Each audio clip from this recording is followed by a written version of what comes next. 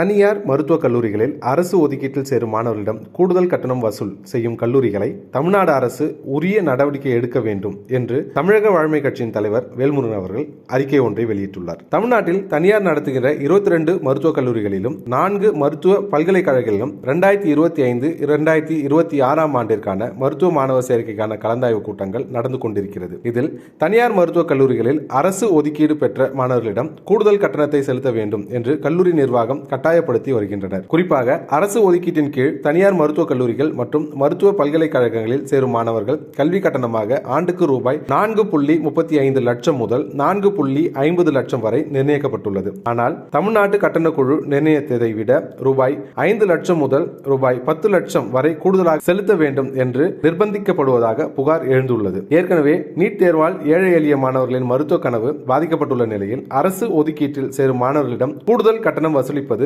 மேலும் அம்மாணவர்களின் மருத்துவ கனவிற்கு முட்டுக்கட்டையிடும் செயலாகும். முக்கியமாக தனியார் மருத்துவக் கல்லூரிகளிலும் பல்கலைக்கழகங்களிலும் மாணவர்களிடம் கூடுதலாக பணம் கேட்பதால் பல மாணவர்களுக்கும் மருத்துவ படிப்பு கைக்கு எட்டியும் வாய்க்கு எட்டாத நிலை ஏற்பட்டுள்ளது. தனியார் மருத்துவக் கல்லூரிகளின் கட்டண கொள்ளைக்கு எதிரான உச்சநீதிமன்றமும் உயர்நீதிமன்றமும் கடுமையாக எச்சரித்து இருக்கிறது. கடந்த ஆகஸ்ட் மாதம் மருத்துவ கல்வி இயக்குநரகம் ஒரு சுற்றறிக்கையை அனைத்து மருத்துவக் கல்லூரிகளுக்கும் அனுப்பி வைத்திருக்கிறது. இருப்பினும் தனியார் மருத்துவக் கல்லூரிகளின் விதிமீறலும் பண வசூலும் தொடர்ந்து வேதனைக்குரியது. எனவே மாணவர்களின் எதிர்காலத்தை கவனத்தில் கொண்டு அரசு கல்லூரிகளில் நிர்ணயிக்கப்பட்டுள்ள கட்டணத்தையே தனியார் மருத்துவக் கல்லூரிகள் வசூலிக்க வேண்டும். தமிழ்நாடு அரசு குழு நிர்ணயித்த கட்டணத்தை தனியார் மற்றும் மருத்துவ பல்கலைக்கழகங்கள் வசூலிக்கின்றனவா என்பதை அரசு கண்காணிக்க வேண்டும். விதிமுறைகளுக்கு மாறாக மாணவர்களிடம் கூடுதல் கட்டணம் வசூலிக்கும் தனியார் மருத்துவக் கல்லூரிகளின் மீது தமிழ்நாடு அரசு உரிய நடவடிக்கை எடுக்க வேண்டும் என தமிழக வாழ்மை கட்சி கேட்டுக்கொள்கிறது.